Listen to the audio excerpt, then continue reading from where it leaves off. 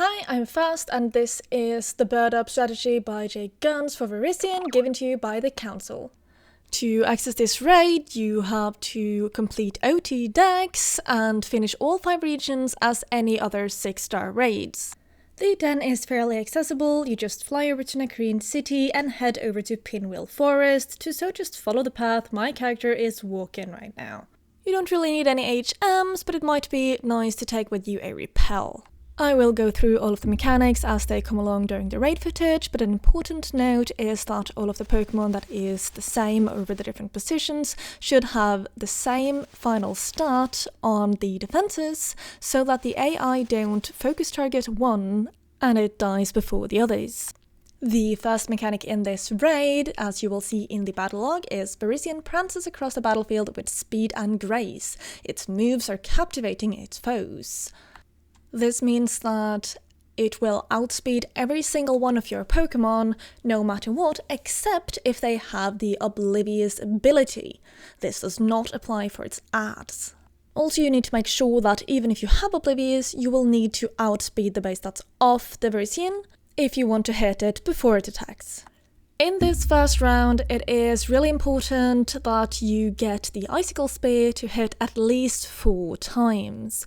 This is so we do enough damage to start proccing things when we want to in the further turns. The Jinxes, on the other hand, is to lessen the RNG for the rest of the strategy, with Lucky Chant to not get critted, and Reflect to minimize damage, and Trick.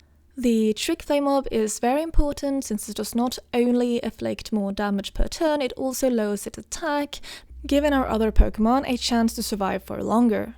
An important note here, since a lot of people asked me when I was doing this raid on stream, why not use Cloyster instead of Mamoswine to guarantee the 4 and 5 hits on the Icicle Spear.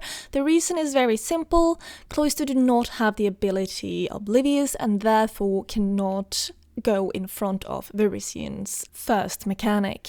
Another important note for this turn is that your Mamoswine needs to be able to be taken out in 1 hit by Virizion. A 2 tanky Mamoswine will cost you the run.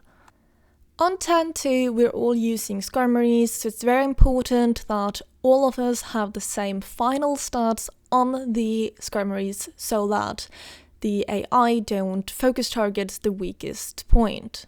If one person has decided to cheap out and do 30 on HP in comparison to the 31 for the others need to adjust their EVs with 4 less EV points so that it is final equal stat as the one with 30 HP. The Skarmories are a big part of our damage during this strategy, as they do over 30% of the damage. As you've seen, the Virizion do attack before all of the Skarmories, which is the reason why they have to be so bulky. You also see how the attacks are split in between the different ones. This is because the AI can't really see any weak points to target down first. This is again why it's so important that the defenses are the same on each one of the beds. Here at 86%, Light Screen is activated. This is the second of Virizion's mechanics, and you need at least 2 hits/defogs to break it. In turn 3, there's a slight chance that Skarmory might die before sending off an attack. If this happens, it's sadly a reset, but if it does get sent off an attack, you can send in as the Raptor instead and Roost for the next turn. This may lead to an unstable solution, but it can still work. The healing from Skarmory's Health Berry really helps out, keeping them alive just for 1 more round here. It's gonna be a few more Brave Birds, and then we will activate the 3rd mechanic of the Virizion raid. The visual, as you just saw on that, Virizion is storing energy, activated at 76%. The type effectiveness will now alternate between normal and inverted every other turn, starting with the next turn. The attacks here will set Virizion at about 63.5% health. We are now leading into turn 4. In turn 4, none of the Skarmories will get off their attacks, but if P3 or P4 Skarmory do get off their attack and Roost and lives, they can go instead of Staraptor with Brave Bird for turn 5. Turn 5 will also have the last possible RNG for this strategy, with a 1 in 256 chance to fail. This will only happen if you're super unlucky, and then you will sadly have to reset. And this is only if one of your Staraptor dies. The Staraptors again have to tank at least one hit each from the Virizion, and we would really hope for them to not focus fire one of them. As said earlier, if you want the AI to not focus fire one specific one of them, you need to have the defensive stats equal on each one of the birds. Here in turn 5, you need to get off all of the brave birds, while when we come to turn 6, the final gambits do not necessarily need to hit, but we press that move anyhow in case we do actually survive. In the middle of these brave birds, we will see the 61% mechanic activate, which is Sword Dance.